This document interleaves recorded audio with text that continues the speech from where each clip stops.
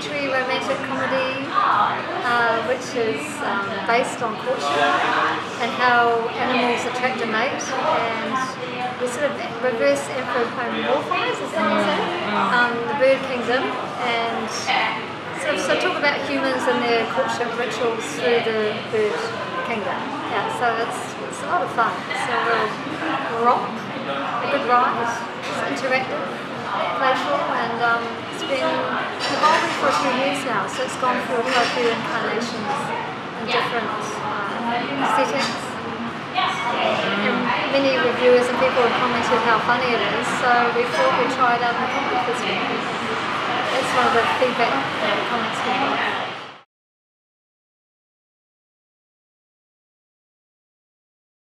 Yes, because I wasn't in it for a start. And they would, Kaylin. Yeah. You see her like you never see her anywhere else. Anywhere, well, apart from my mother's seen me like that. Yes.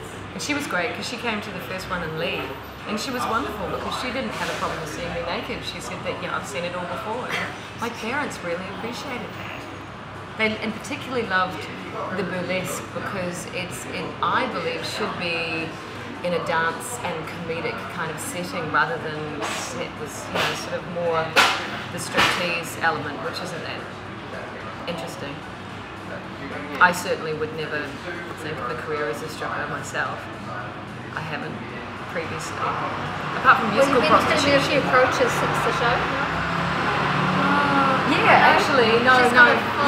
Fan, so. Yeah, there was that guy who sent me a book about burlesque, which I gave to you. Caitlin got given this amazing book in the first season, which was a pop-up book about burlesque, and you pull things and things happen and it. And my long-term goal would be to make a pop-up book of the Birds of Paradise, where things unfold and happen and wings open. So.